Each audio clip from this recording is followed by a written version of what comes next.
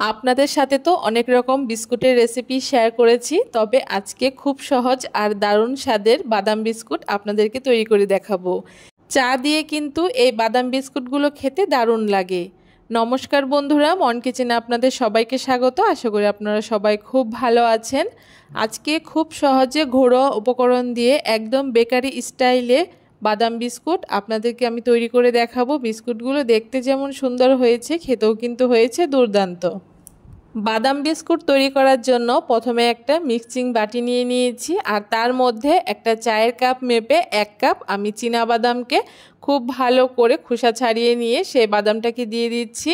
আর তার সাথে যেই কাপ মেপে 1 কাপ বাদাম দিয়েছি সেই কাপেরই 1 কাপ চিনি ব্যবহার করেছি।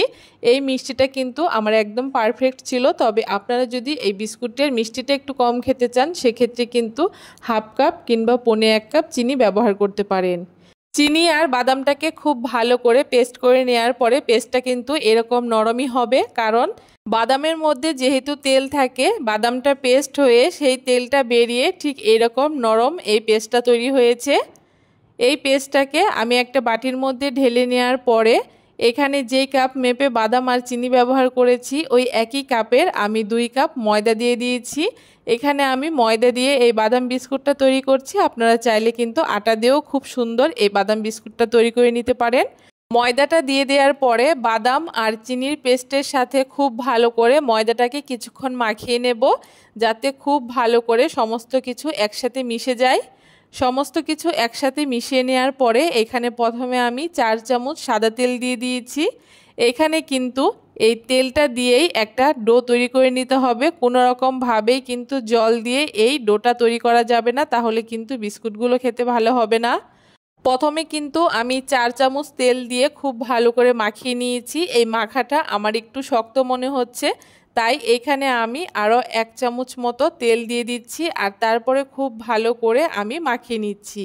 আর এখানে কিন্তু আমার মোটামুটি 5 চামচ মতো সাদা তেল ব্যবহার করতে হয়েছে।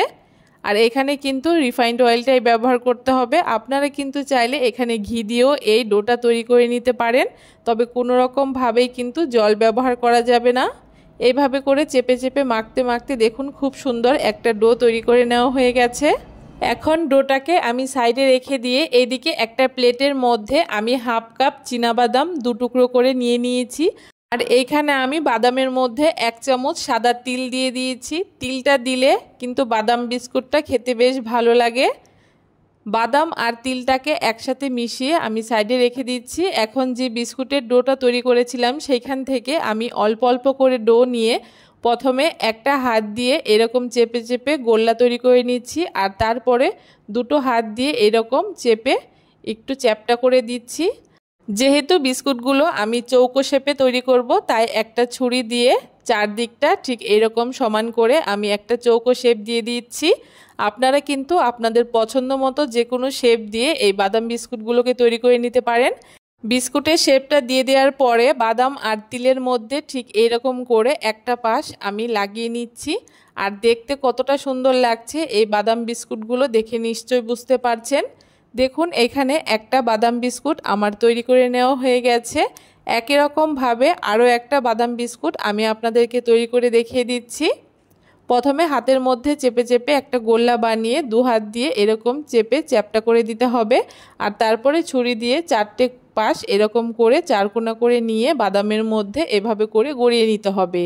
তাহলে দেখুন আরও একটা বিস্কুট এখানে আমার রেডি হয়ে গেল।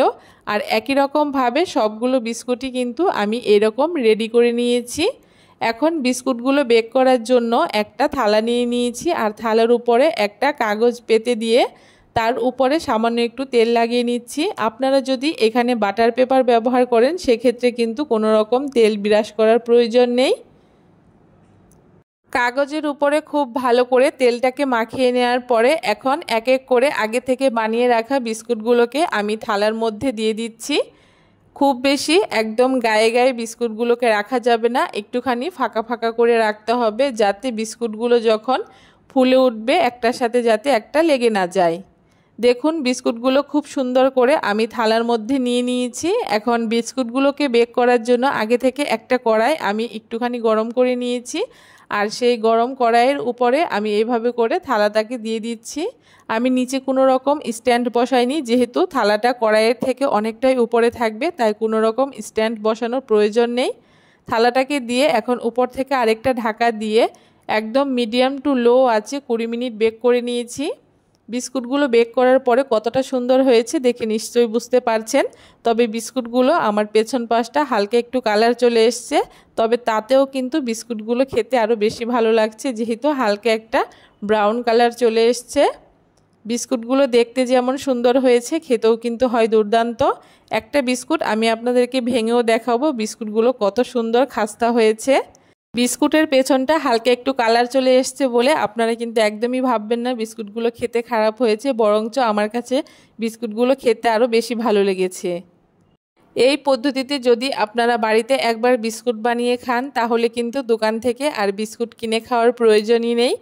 কেমন লাগলো খুব সহজ একদম ঘরোয়া উপকরণ দিয়ে এই বাদাম বিস্কুটের রেসিপি অবশ্যই জানাতে ভুলবেন না। ভিডিওটা ভালো লাগলে সবার সাথে শেয়ার করে চ্যানেলটাকে সাবস্ক্রাইব করে দেবেন।